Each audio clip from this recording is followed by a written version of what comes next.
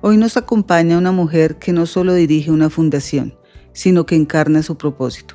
La directora de la Fundación Domus es sin duda una verdadera adicta a servir. Ser adicta a servir es elegir todos los días amar sin medida, es creer en el potencial de alguien cuando ni siquiera esa persona puede verlo, es sostener la esperanza cuando el camino parece difícil.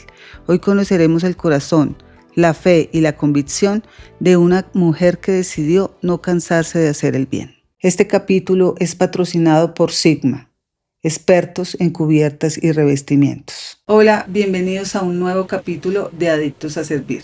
No olvides suscribirte en nuestro canal, seguirnos en todas las redes sociales y si tienes una historia para contarnos lo puedes hacer a adictosaservir@gmail.com. Hoy tenemos una invitada muy especial, Adriana Arias. Ella es la directora ejecutiva de la Fundación Domus, además psicoterapeuta y directora terapéutica de la Red Pastoral EFATA. Es madre y abuela en este momento, muy feliz. Bienvenida, Adriana, a este espacio de Adictos a Servir. Hola, muchas gracias por esta invitación tan especial, de verdad que sí. Quiero empezar por contarles una infidencia aquí a nuestra audiencia, y es que el día que yo te invité al podcast, tú me dijiste, ¿cómo se llama el podcast? Yo le dije, se llama Adictos a Servir, la única adicción que no necesita tratamiento, y tú me respondiste, me ericé, y ahora que te tengo al frente, quiero que nos digas por qué te erizaste. Y literalmente me ericé, sí, es verdad. Mira, se conjugaron dos palabras que para mí son fundamentales en mi día, y es adictos, porque trabajo con población adicta, y el servir, pues, soy servidora, creo que nací siendo servidora, entonces eso me erizó, porque me parece un nombre demasiado bonito, de verdad que es muy bonito. Gracias, Adriana, porque eso me motiva más aquí y motiva a nuestra audiencia para que nos sigan viendo en cada 8 días en nuestros episodios. Quisiera empezar por preguntarte, ¿quién es Adriana? Cuando me haces esa pregunta como que vuelvo y me erizo, pero es difícil uno responder quién es uno, ¿no? Yo hoy digo, soy una hija de Dios que está acá obedeciéndole a Él en su servicio, ¿no? Y queriendo dar lo máximo de mí a esos seres humanos que también de alguna manera, pues a mí también me ayudan a construirme y a sanarme todos los días. Esa es Adriana Arias, una mujer hoy dispuesta al servicio, y mucho de ese servicio lo hago por medio de esas personas adictas. Adri, ¿en qué momento de tu vida tú entendiste que no era solo algo que hacías, sino era algo que eres, el servicio, o sea, que querías servir? ¿En qué momento de tu vida lo entendiste? Lo entendí después de que pasa un episodio de mi vida, de mi historia, una separación dolorosa, eh, entender que mi hijo fue adicto, ¿sí? Y que por algo pues viví esa situación. Y desde ese momento supe que no, yo necesitaba servir porque definitivamente el servicio sana el alma y los dolores de la vida. Ahí Así es. entendí eso. ¿Qué significa ser madre de un joven adicto? ¿Qué significó para ti? A ver, en el momento que me entero que mi hijo es adicto, fue mi catástrofe. Fue una catástrofe emocional, espiritual, ¿sí? Pero cuando empecé a entender la realidad de los adictos y entendí que mi hijo, más que un consumidor, estaba enfermo, tenía una enfermedad, eh, quise aprender muchísimo de las adicciones, porque más que convertirme como en esa piedra de zapato en su proceso, quise convertirme en ese apoyo fundamental para que él saliera de ahí. Y eso yo creo que es demasiado importante, donde todas las mamás hicieran primero el proceso ellas para poder saber qué luz le da a sus hijos, tendríamos muchos procesos exitosos. ¿Qué fue lo más doloroso en ese proceso, Adriana? Creo que enterarme que mi hijo era adicto. ¿Y cómo te enteras? Mi hijo tenía 12 años Muy joven. cuando empezó a consumir, pero yo me vengo a enterar que mi hijo había empezado a consumir, no, más bien, sí, como a los 15 años, y pues en mi mente estaba que mi hijo había empezado a consumir a los 15 años. Pero cuando mi hijo toma la decisión de hacer un proceso de rehabilitación y nos hacen la entrevista, le preguntan, ¿tú a los cuántos años consumiste por primera vez? Y él dice a los 12 años. Yo sentí, Desmoronaste. yo dije, Dios mío, ¿yo dónde estaba? Exactamente. Sí, fue la pregunta. Claro. Cuando mi hijo tenía 12 años, ¿yo dónde estaba? Y creo que es una pregunta que nos hacemos todas las mamás de un adicto, porque siempre actuamos desde esa culpa, porque sentimos culpa de abandono. Ya vemos mamás presentes, ausentes, papás presentes, ausentes, pues porque hoy el día a día también dice hay que trabajar los dos. Entonces estamos más afuera que cerca a los hijos. Entonces eso también nos genera esa culpa. Pero creo que lo más difícil para mí fue aceptar que mi hijo había consumido por primera vez a los 12 años. Y fue un golpe duro, imagino, porque tú crees que estabas siendo buena mamá. Claro, Porque tú claro, nunca te habías dado cuenta de eso, de la adicción. claro. ¿Cuál es el motivo que hace que tu hijo salga de la adicción? Se embaraza, como dice él. Su novia está embarazada y eso hace que él reaccione porque él dice no quiero que mi hijo conozca a un papá adicto y no quiero darle el dolor que veo que mi mamá siente, ¿no? Y toma la decisión de hacer un proceso de rehabilitación. ¿Y cuál fue tu reacción cuando él se embaraza, como tú dices, y tú sabiendo que era adicto, que iba a ser un papá adicto, qué ejemplo le iba a dar esa niña? ¿Cuál fue tu reacción? No, mi reacción fue terrible, terrible. Lo golpeé, lo insulté, lo eché de la casa. Él se va, se pierde como 5 días y después regresa diciéndome, tú tienes toda la razón. Definitivamente mi hijo no merece un papá adicto y por eso, y desde ahí toma la decisión y dice, me tengo que internar y tengo que recuperarme. O sea, esa bebé fue un ángel en la vida de ustedes, Claro, ha de tu sido un familia. ángel y sigue siendo un ángel, o sea, y sigue siendo un ángel. María Paula en la vida de nosotros llegó a construir muchas cosas y llegó a reparar otro montón de cosas. Siento yo que ese fue el motivo principal por el cual tú te conviertes en una adicta a servir. ¿Qué hace tu hijo en este momento? Mi hijo en esos momentos tiene una vida muy normal, trabaja, pero también asiste a un grupo de apoyo donde él es líder, ¿sí? Entonces, él dice pues que está en el momento de retribuirle a muchas personas todo lo que él recibió también en su acompañamiento durante pues todo ese principio de esa recuperación, porque pues el proceso es para toda la vida, pero el inicio de la recuperación es muy fuerte. Ujú. ¿Cuánto tiempo ha transcurrido en todo ese proceso? Porque me imagino que vino el perdón, la culpa que tú sentiste. ¿Cómo sanaste? O sea, el servir te ayudó a sanar todo eso. Todo, todo. Por eso siempre lo digo. El servicio sana el alma. Claro, a mí el hecho de la historia con mi hijo, eso me generó a mí también, pues lo que yo digo ahora, culpas, también resentimientos con otras personas, ¿no? Porque el ser humano tiende a buscar responsables para no hacernos cargo de nuestras Ujú. responsabilidades. Y empiezan a buscar también esos culpables y eso le genera resentimientos.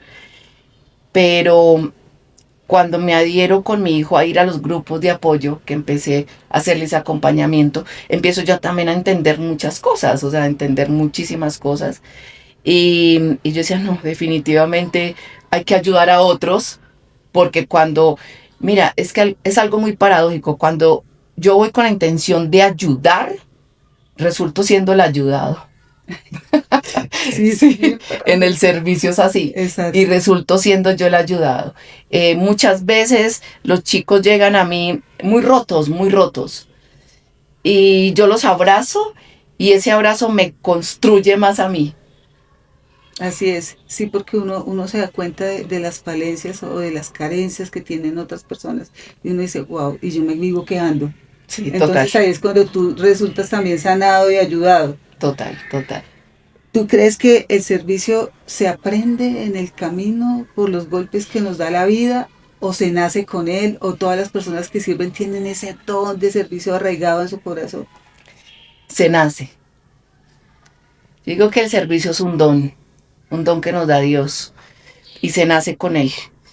Es como que nacemos con esa semillita y en el transcurso de nuestras vidas, como va transcurriendo esa historia, donde encontramos dolor, donde encontramos alegría, donde encontramos muchas cosas, esa semillita va germinando, ¿sí? Y van llegando cosas y situaciones a la vida que ayuda a regarla, regarla, regarla, entonces se vuelve más nuestra, ¿no? Se vuelve más nuestra. Y creo que a mí me pasó eso. Yo tuve que pasar por un desierto, porque en mi historia hay un desierto, yo creo que en la historia de todos los seres humanos, y tuve que pasar por ese desierto para al final encontrar ese oasis donde encontré el agua para regar esa semilla y que creciera en mí y hoy amo servir. Hoy para mí es fundamental. ¿Qué fue lo más doloroso en ese proceso de sanación? Tú me hablas de una separación, me hablas de un hijo adicto. ¿Qué fue lo más doloroso en todo ese proceso? Las dos cosas. Las dos cosas porque mira, la adicción de mi hijo en su tema de recuperación, yo entendí que yo también era una adicta, pero era una adicta afectiva. Era una adicta a un ser humano, que en este caso era el papá de mis hijos. Y también tuve que hacer ese proceso como lo hizo mi hijo, ¿no?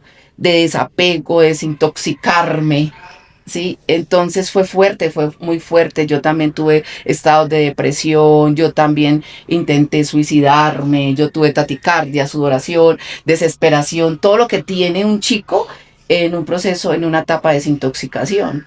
Entonces también reconocer que a mí esa relación me enfermó, ¿cierto? De cierta manera, fue fuerte, fue ¿Y fuerte. qué lecciones te dejó toda esa experiencia? ¿Qué lecciones de vida? ¿Y qué consejo también le darías a nuestra audiencia para que no vivan eso que tú viviste? No, muchas, muchas. Y yo creo que la primordial es que uno en la vida debe de hablar. Yo fui una mujer que callé muchas cosas y uno tiene que hablar. Definitivamente, yo les digo a mis muchachos, el que habla se salva. No se le olvide, ¿no? Hay que saber con quién se habla, ¿no? Porque voy a hablar de mi vida. Pero uno sí debe buscar el hablar, no quedarse acumulando dolor, rabia, rencores, frustraciones, sino hablarlo, hablarlo. Yo creo que donde yo se lo hubiera hecho a tiempo me había ahorrado un montón de años de dolor, de dolor. Así es, hacer catarsis. Sí, y Eso eso lo sana. aprendí, o sea, eso lo aprendí, que hay que hablar, definitivamente.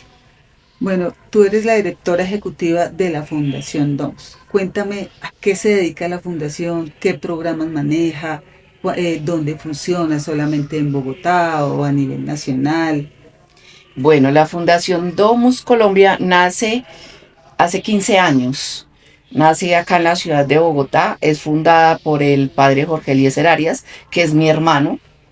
Eh, Nace con un objeto grandísimo que es ayudar a la población vulnerable.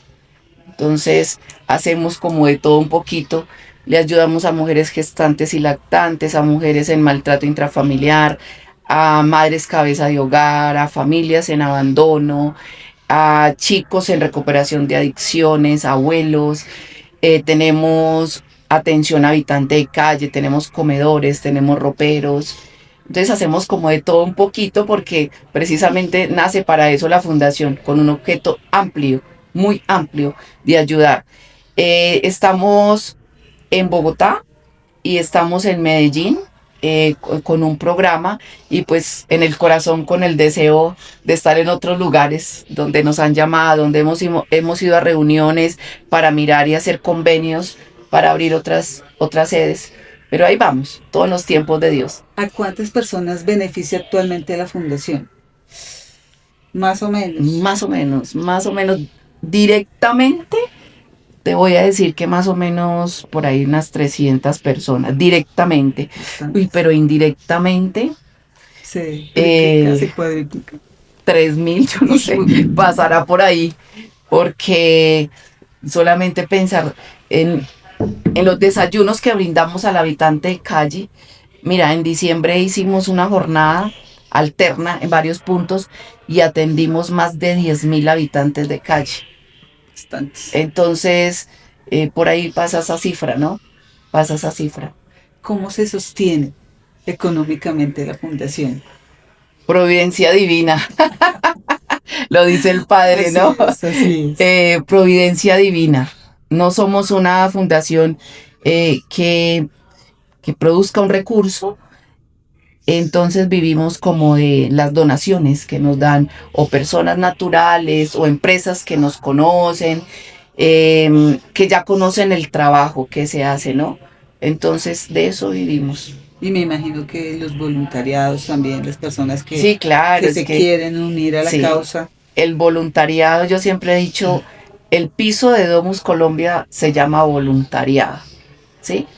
Y los que vayan a ver este podcast, yo creo que es el momento de decirles gracias por estar ahí, por sus manos, por sus corazones, porque siempre hay una disposición, o sea, es un voluntariado tan hermoso, la fundación tiene un voluntariado demasiado hermoso, entonces contamos con personas profesionales en diferentes áreas que también regalan ese tiempo, ¿no? Desde su profesión, entonces hay médicos, los odontólogos, que el abogado, el psicólogo, el trabajador social, que se adhieren y dan ese tiempo también, y eso es dinero, o sea, Así es. ¿cuánto cuesta una consulta con un profesional de eso? Si ellos lo donan a la fundación y es maravilloso, pero también están todos aquellos que dicen yo voy, pongo mis manos, sí, y mi corazón también para abrazar, entonces es bien bonito. Pues aprovechemos el momento que estamos hablando de la fundación y cuéntanos cómo puede hacer un profesional o una persona del común para ser voluntario o a dónde puede donar, a qué teléfonos se pueden comunicar. Danos esos datos, Adriana, Claro, por favor. mira, nosotros también estamos en redes sociales. En Instagram aparecemos como @fundomus. En Facebook, Fundación Domus Colombia. Tenemos una página web que es www.domuscolombia.org. Se pueden comunicar conmigo al 323-577-8680 y pues ahí se le dará toda la información, y bienvenidas todas las manos, todos los conocimientos que quieran llegar. De verdad que entre más manos y corazones dispuestos tengamos al servicio, creo que más cosas podemos hacer.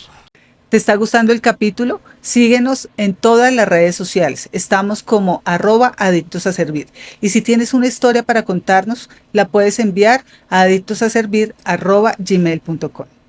Así es, ayudar a más personas. Sí, claro. Adri, cuando tú miras a un abuelo, a una madre gestante, a una madre cabeza de hogar, a un niño desamparado, ¿tú qué ves que otros no vemos? No, pues yo veo gratitud, ¿sí? Uh-huh. Veo historia, mucha historia, sobre todo en esos abuelos, ¿no? Y pero también mucho dolor, mucho dolor, mucho dolor. Es como una necesidad, se ve esa necesidad de ese abrazo. Mira, hoy precisamente recibí la llamada de una chica donde muy angustiada me decía, mira, me hablaron de ustedes, yo tengo mi bebé con fecha para el 4 de marzo. ¿Y cuándo es el 4? Ya, Sí, ya. ya. Vivo en calle porque mi pareja me tiró a la calle y no sé mi hijo qué va a pasar con mi hijo. No quiero dar a mi hijo una adopción. Sé que si llego a un hospital en mi condición me lo van a quitar. Yo quiero tener a mi hijo. Y eso, uy Dios, Toca. uno que ve en esa persona esa necesidad inmediata, ¿no? De ir a abrazar, de ir a coger. Entonces creo que es eso, es esa necesidad inmediata de ir a ayudar, ¿sí? De ir a ayudar. Y por Ahora la eso, que me dice fui yo con esa historia, o sea, sí, te toca profundamente, sí, más total, cuando total. uno es mamá. O sea, pensar que hay una persona que no tiene todo el apoyo para tener su bebé, perdón. Y sabes, a mí que me duele mucho también los ancianos y los niños. O sea, yo digo, ¿cómo un Abandonarse. hijo puede abandonar a su papá? O también cómo una madre puede Sí. abandonar a su hijo. Y Eso son me casos duele que tú ves demasiado siempre. a diario. Ujú. Es tenaz. Bueno, una historia que te haya confirmado que esta misión vale la pena. Me imagino que hay muchas. Varias, sí, varias.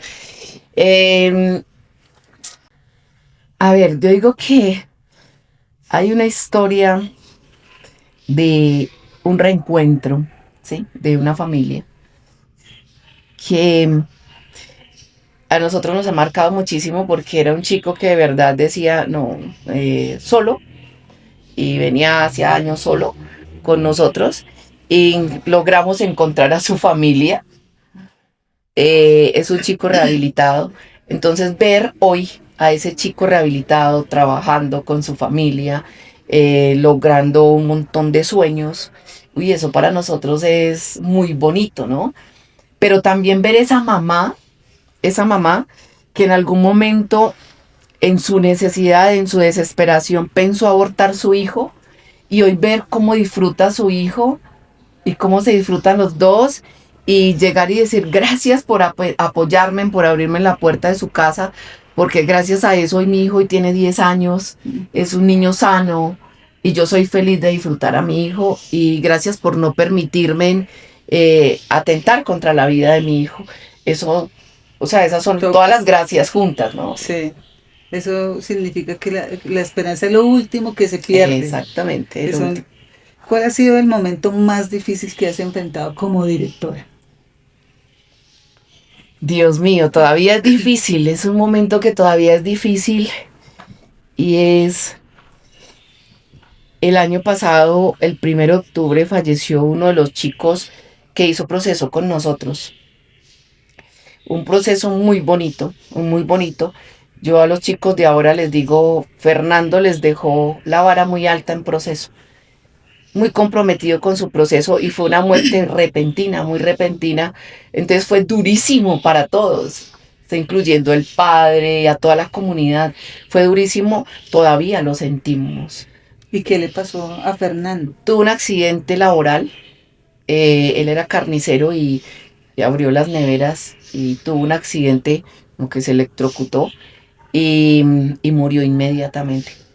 Entonces fue una muerte muy impactante porque él muere un miércoles, él el lunes había estado visitándonos en comunidad, el miércoles en la mañana había hablado con él porque hablábamos todos los días, no, y era un hombre de la casa, o sea, era nuestro hijo.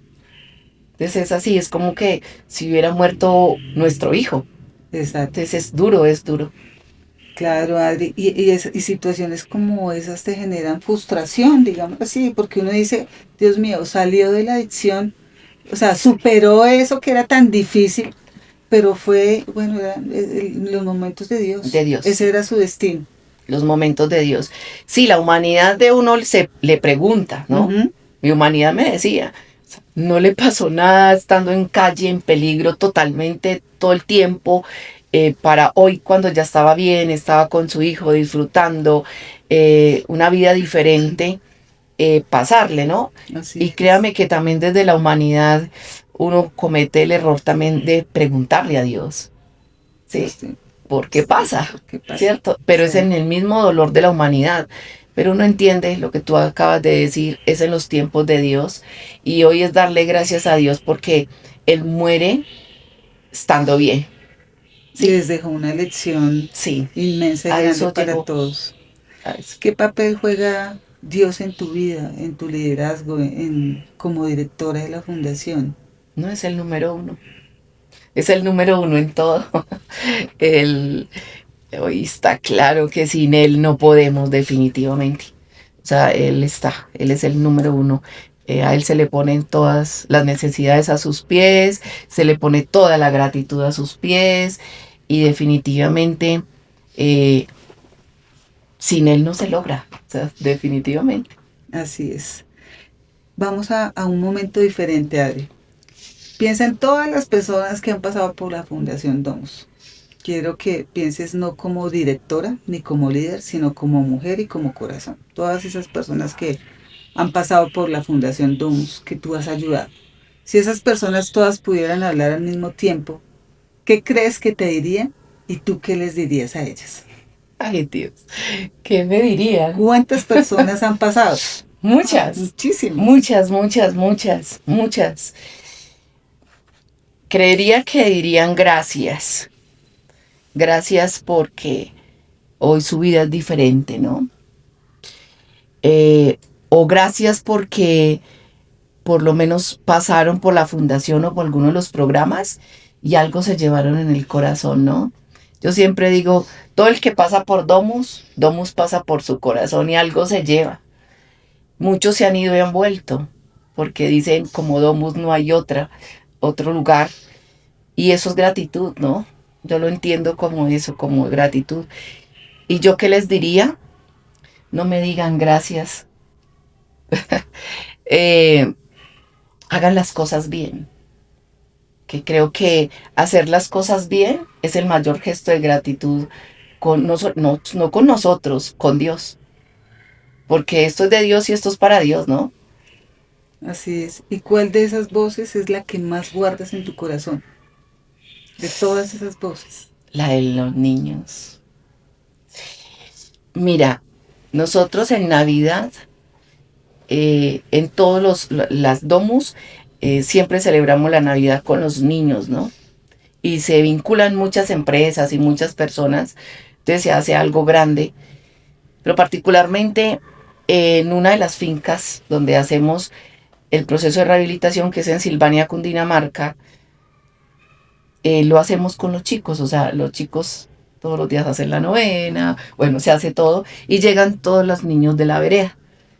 El año pasado entregamos 350 regalos y me impactó mucho un niño, más o menos te voy a decir 4 años.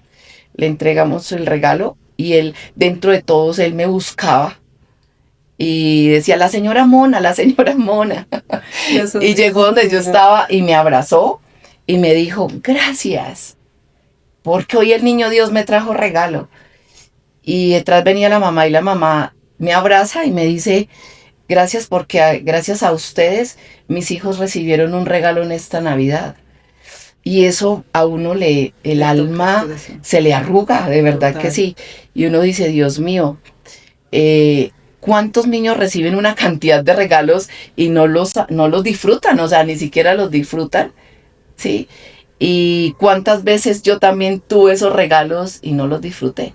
O cuántas veces tú tiras esos regalos hasta nuevos, porque hay muchos niños que de lo que tú dices no los disfrutan, los tiran y no los regalan a personas que de verdad lo necesitan. Y también la otra lección es que uno se vive quejando de todo y mira esas lecciones que da la vida. Sí, mira, también nos pasó con una niña en Ciudad Bolívar y un día cualquiera yo fui en una de las novenas y le dije, mi amor, ¿y tú qué le estás pidiendo al niño Dios? Y me dijo, un buñuelo y natilla. Porque yo no sé a qué sabe.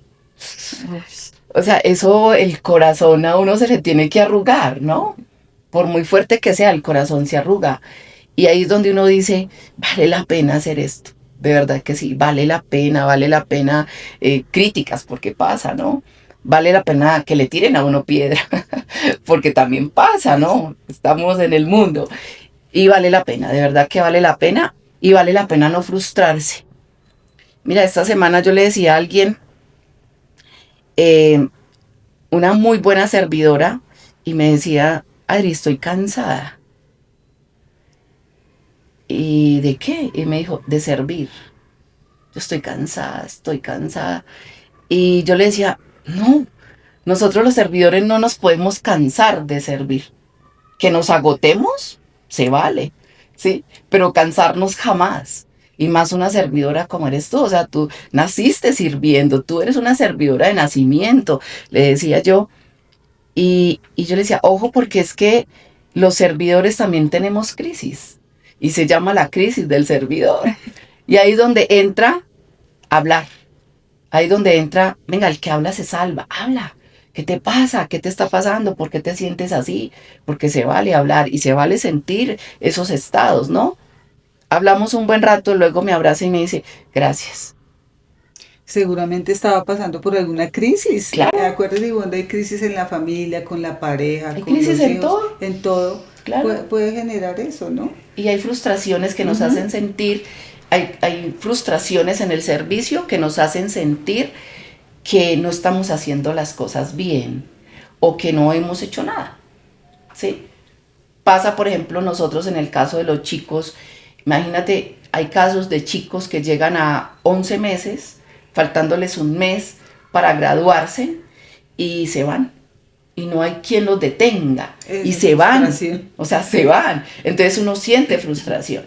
Pero no, en el camino yo he entendido que el servicio es dar, dar, dar. Y yo no soy responsable de lo que el otro haga con eso que recibe, o si lo recibe o no, ¿cierto? Yo soy responsable de dar, y ese darlo con amor y sin esperar que me den nada, ¿no? Entonces, yo ahí no tengo la responsabilidad de cómo lo recibe el otro. Es cuando uno entiende eso desde el servicio, esa frustración no te golpea. Así es. Adri, ¿tú qué le dirías a esos papás y a esas mamás que les dan todo a sus hijos y que ellos ya no valoran lo que tienen, que desprecian la comida, que la botan? Y mira lo que tú estás contando, de esos niños que no tienen un regalo, que no saben qué es una natilla, que no saben qué es un buñuelo. Y hoy en día vemos ese tipo de padres que les dan todos a sus hijos, o que la carencia afectiva la suplen con lo material. Una lección de vida. Sí. Mire, yo cometí ese error, porque es un error que cometemos los papás, ¿no? Yo cometí ese error con mis hijos. Y me decía algo que es un engaño, es un engaño que nos decimos los papás, y es que yo le voy a dar a mi hijo lo que yo no tuve. Así es. ¿Sí? Y ahí hay una falla grandísima, grandísima, grandísima. No, a los hijos se les da lo que necesitan, no lo que yo tuve. Porque yo no puedo pretender, ¿sí? Yo no puedo pretender suplir el vacío que yo tengo dándole a mis hijos, sabiendo que con eso les estoy generando un vacío mayor. Entonces, no, a mis hijos les doy lo que necesitan, ¿sí?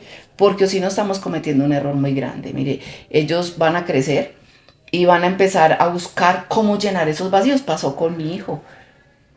¿Sí? Yo me preguntaba, ¿por qué mi hijo? Si mi hijo tiene todo, tiene un papá, tiene una mamá, tiene una familia que los ama, estamos pendientes, tiene todas las comodidades, estudia en un excelente colegio, tiene todo. ¿Por qué mi hijo? ¿Sí? Pero cuando yo entiendo que yo fallé y que como papás fallamos ahí, dándole todo, más de lo que necesitaba, pues en él generamos un vacío que él buscó cómo llenarlo. Así es, y esos vacíos generan frustración, esos vacíos terminan en adicciones, terminan en ideaciones suicidas, en suicidios y demás. Aislamientos de los chicos. Hoy hay mucha cosa, muchísima cosa, donde ellos se refugian, ¿sí? Para llenar esos vacíos. Ahora imagina que estás frente a la versión más joven de ti, esa versión que no sabía que ibas a ser una adicta a servir. ¿Qué le dirías? Ay, Adriana Arias está perdiendo el tiempo. Le dije, ay, ¿qué hubo? Muévase.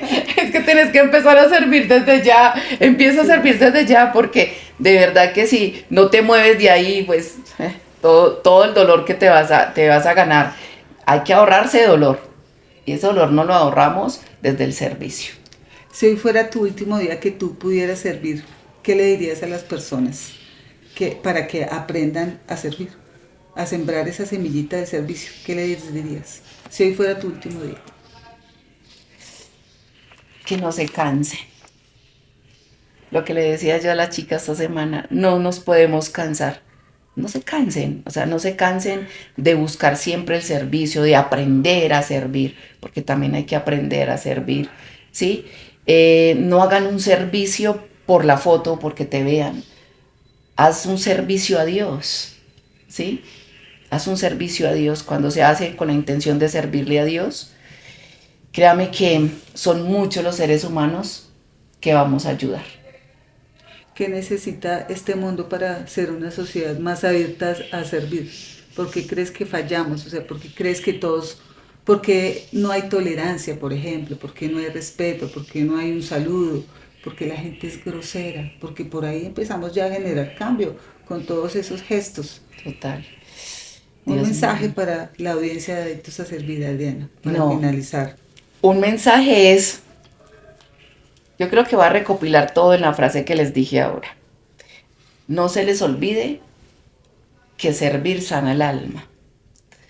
Y cuando servimos de verdad, no solamente sanamos nuestra alma, sino la de toda nuestra familia, ¿sí?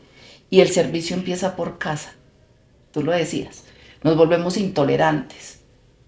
Entonces, ¿qué estamos viviendo al interno de mi casa? Que afuera soy otro ser humano y pues allá sí puedo explotar y hacer un montón de cosas, ¿no? Y el servicio empieza desde ahí, desde empezar a cambiar esos defectos de carácter, esos estados de ánimo. Yo digo, sonría más el día que más te cueste. ¿Sí? El día que tú te levantes sin ganas de sonreír, ese día diga, tengo que sonreír más, ¿sí? Más, porque ahí empieza el servicio. Cuando tú le das una sonrisa a un ser humano, tú estás sirviendo. Mira, a mí hay personas que se me han acercado sin conocerlas y me dicen, te vi sonreír y me alegré el día. Y uno como que, wow, ¿en serio? Sí. Pues quiero decirte que tú generas eso, Adriana. Tú das paz y tranquilidad. Yo me siento así y de verdad que tu sonrisa irradia ese don de servicio. Y quiero agradecerte por esa sonrisa en este capítulo de Adictos a Servir, por tu don de servicio, por tu ejemplo, por esa resiliencia que tuviste al ser madre de un joven adicto. Pero mira dónde estás, sirviendo a los demás, apoyando con un granito de arena. Que este episodio no se quede solamente en un aplauso, sino en una opción, ¿verdad? Todos podemos hacer parte de lo que hace la Fundación Domus, así que puedes donar, puedes ser voluntario o puedes compartir este episodio y convertirte en un puente de esperanza. Hoy te invito a hacer algo más concreto, hoy y no mañana. Este mundo necesita menos espectadores y más adictos a servir como Adriana. Gracias por estar aquí en este capítulo y hasta un próximo episodio.